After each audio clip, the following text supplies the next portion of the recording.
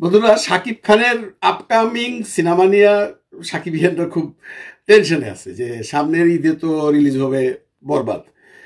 Somehow এটা release হবে। পূর্বের ঈদের কি সিনেমা, এটাও এখন পর্যন্ত কোনো ডিরেক্টর ফাইনালি বলে নাই।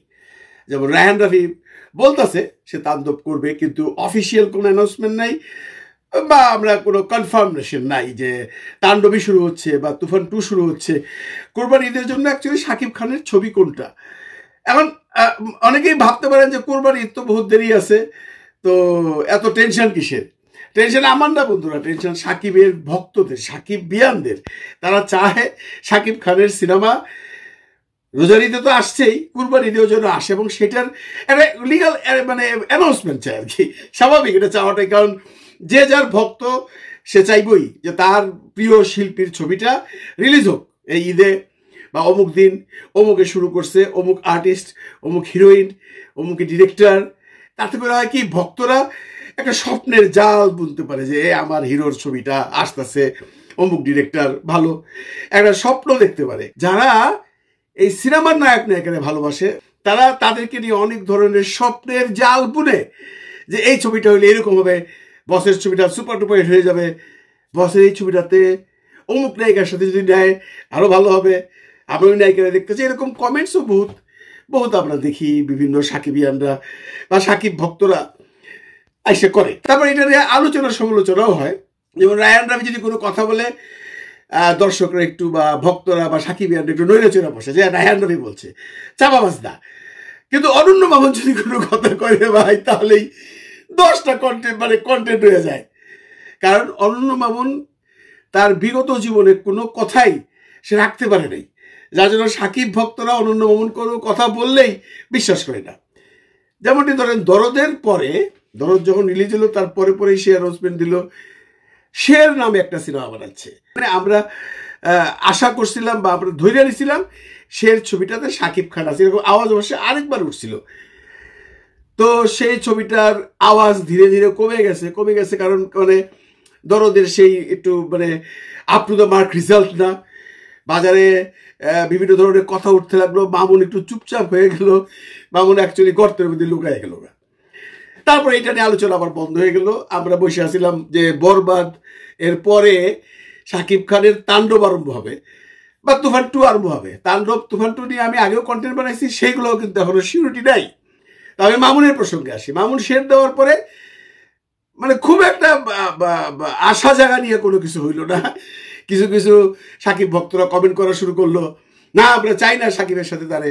আবার যারা মামুনকে পছন্দ করে বা যারা দরদ সিনেমা পছন্দ করছে তারা বারবারই লিখছে যে না না না, মামুন খারাপ কি, মামুনের ছবিটা তো ভালো ছিল, চলে নাই সেটা অন্য ব্যাপার। চলে নাই মানে আপ টু দ্য মার্ক চলে নাই। কারণ মামুন তো একটা রেকর্ড করছে ভাই, যে ঈদ ছাড়া সিনেপ্লেক্সে সব চা এসছে। এনিওয়ে, তো শের নিয়ে তারপরে আলোচনা সমালোচনা শেষ। এখন আবার 2 দিন ধরে আরেকটা নতুন জিনিস, কি দানব। তো ন্যাচারালি সাকিব খানের ভক্তরা ভাবতেছে ও তাহলে মামুন তো শের করবে না, দানব করবে। এখানে কিন্তু মামুন সাকিব খানের নাম বলে নাই, দানবের হিরোকে সেটা বলে না, সে দানব নামে একটা সিনেমার প্ল্যান করতেছে। এখন অনেকেই বলতেছেন মামুন কেমনি সিনেমা বানাবে, মামুনকে কে ফাইন্যান্স করবে? এখানে আমি একটা কথা বলি, মামুন হলো হাফ বিরিয়ানি, বুঝছেন? ওরে ফাইন্যান্স করার লোক আছে, মনে রেখেন এটা ফাইন্যান্স করার লোক আছে। আর ও সুই হইয়া ঢুকবে, ফাল হইয়া বেরিয়ে যাবে।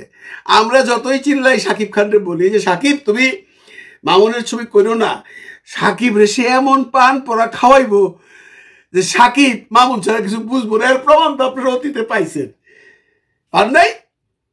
আরে ওই যে নব এলএলবির মতো ছবি কইরা পুরা সাকিবরে ডুবাইলো, ওই যে অনলাইনে চালাইলো। এরপরে কিন্তু এই সাকিব আবার ছবি করলো মামুনের সাথে, কোনটা? দরদ। কেমনে করলো? সাকিবের মাথায় বুঝাইলো আপনি এত বড় স্টার, আপনি একটা প্যান ইন্ডিয়ান সিনেমা নাই। আরে আল্লু অর্জুনের ছবি আছে, শাহরুখ খানের আছে, অজয় দেবগনের আছে, অক্ষয় কুমারের আছে, সালমান খানের আছে, আপনার নাই। হাম বানায়েগা, আমি মামুন আপনাকে প্যান ইন্ডিয়ান সিনেমা বানিয়ে দেবো, সারা ভারতবর্ষে 5টা ল্যাঙ্গুয়েজ রিলিজ করে দুনিয়া কাঁপাই দেব। সাকিব খান বিশ্বাস করছে সম্ভব তো প্যান ইন্ডিয়ান সিনেমা করা, তো এমন কোনো অসম্ভব কোনো ব্যাপার না। রিমুনারেশনও কম নিছে, লাগাতার শিডিউল দিছে, দিন রাত পরিশ্রম করছে বেনারসে, করে ছবি শেষ করে দিছে। ছবির রেজাল্ট কি আপনারা জানেন। তো মামুন তো সাকিবের দ্বিতীয়বার বেলতলায় আনছে, প্রথমবার অলরেডি আনছিল। কারণ অন্য কোনো শিল্পী হইলে, যদি সাকিব না হইয়া অন্য কেউ হয়তো আমার মনে মামুনের সাথে দ্বিতীয় ছবিটা করতো না, বলতো তোর বিয়ে তুমি তো কথাই রাখো না, তাই না?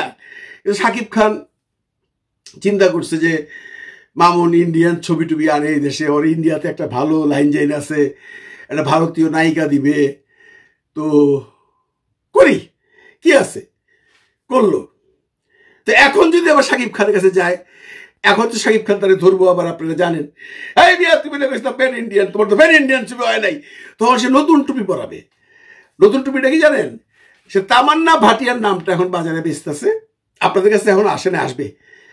তামান্না ভাটিয়াকে একটা মোটামুটি লাইনে আনছে, তামান্না ভাটিয়ার সাথে সাকিব খানের একটা সিনেমা করবো। ভাই শোনা কথা, আমি একদম মোটামুটি যার কাছে শুনছি মোটামুটি কনফার্ম সম্ভব ওর দ্বারা তামান্না ভাটিয়ার সাথে কথা বলা। টাকা পয়সা হয়তো বা অনেক বেশি নেবে, বা কি নেবে সেটা প্রডিউসার বুঝবে, প্রডিউসারকে সেটা পরে আসতেছি। তো তামান্না ভাটিয়া যদি একটা নায়িকা নিয়ে আসে সাকিব খানের কাছে, যে সাকিব ভাই আগে যা হয়েছে ভুলে যান, এবার আপনার আমি তামান্না ভাটিয়ার সাথে ছবি করতেছেন, আপনি ছবির নাম এই, সেটা শের হোক বা দানব হোক, আপনারা করেন, আপনার ফিউচার অনেক ভালো হয়ে যাবে। কারণ তামান্না ভাটিয়ার সাথে ছবির চান্স, মানে ছবি পাইলে সাকিব খান হয়তো বা করবে, ওই টোপটা সে পড়াইলে তো সাকিব খান রাজি হবে। সাকিব খানের আশেপাশে যারা আছে তারাও বলবে ঠিক আছে ভাই, একটা বোম্বের হোল ইন্ডিয়ার একটা সুপারস্টার নায়িকা, অসুবিধা কি, করেন না, কি আর হবে এটা করলে। আপনি একটা এক্সপিরিয়েন্স হইলে এবং ওয়ার্ল্ড ওয়াইড আপনার আরো বেশি মানুষ, তামান্নার তো একটা বড় ফ্যান ফলোয়ার আছে সারা বিশ্বে, বাংলাদেশে যেমন তেমন সারা বিশ্বে আছে, হয়তো বা রাজি হবে। তাহলে এখন আসেন প্রডিউসার, ফাইন্যান্স করবে কে? তামান্না বাড়িয়ে তো আর অল্প টাকা দিয়ে নিতে পারবে না। হয়তো সে ঠিক আছে পটাইব, তার ইন্ডিয়ায় বেশ একটা হাত আছে, মানে তার বাবা আছে ইন্ডিয়াতে, এই কি প্রোডাকশনের মালিক, এসকের মালিক, তার বাবা হয়তো বুঝাবে, টাকা পয়সা কিছু এখন দিলাম, হয়তো এত টাকা দিবে না, বা তোমাকে বাংলাদেশে পরিচিত করলাম, দেখে সে পারবে, সে নয় ছয় বুঝাইতে পারে, বুঝে হয়তো বা রাজি করাইলো, সাকিব খানও রাজি করাইলো। তো ফাইন্যান্সার কেটা বাংলাদেশে। এখন আসেন ফাইন্যান্সার, মামুনের ফাইন্যান্সের অভাব নাই। মামুন এক ফাইন্যান্সারের সাথে দ্বিতীয়বার ছবি করে না। আপনার অতীতে যান, যে দেখেন ও আসছিল যখন ঢাকায় এসে আব্দুল্লাহ জহির বাবুর কাছ থেকে স্ক্রিপ্ট রাইটিং শিখছে, শিখতে শিখতে অনন্ত জনের কাছে গেছে। ওইখানে যে কোনো সিনেমার সম্বন্ধে কোনো প্র্যাকটিক্যাল না থিওরিক্যাল কোনো এক্সপিরিয়েন্স না নিয়ে ডাইরেক্টর হয়ে গেছে। অনন্ত জলিল তার হেল্প করছে, ডাইরেক্টর হয়ে গেছে। ওইখানে কি কি কেলেঙ্কারি করছে আপনারা জানেন। অনন্ত জলিল দিয়ে খাইয়া খুইয়া সে চলে গেছে আবার তো ওই বাবার কাছে এসকেতে যে ভুয়া কো প্রোডাকশনের নাম করে একটা সিনেমা বানাইছে, আমি শুধু চেয়েছি তোমায়। সুপার ডুপার হিট, যে বাংলাদেশ থেকে শুধু মিশা কাজ করছিল, আর কোনো আর্টিস্টই ছিল না, যেটা নিয়ে পরবর্তীতে বিভিন্ন সময় কো প্রোডাকশনের একটা ঝামেলা লাগাই দিয়েছে, যে কো প্রোডাকশনের নিয়ম কানুন মানে নাই। তার ছবিটা ছিল প্রথম, যাদের সাথে খাইয়া টাইয়া সে এদিকে ওদিকে ঘুরে বিভিন্ন ছোট ছোট ছবি বানাইছে। তারপরে ওই যে আন্ডার রফিক, তার সাথে সে মিশছে, তার হোটেলে অ্যাড করছে, তার প্রোডাক্টসের পাবলিসিটি করে, তার ওই যে হাউজিংয়ের পাবলিসিটি করে আন্ডার রফিকরে পটাইয়া সেই দরদে নামাইছিল।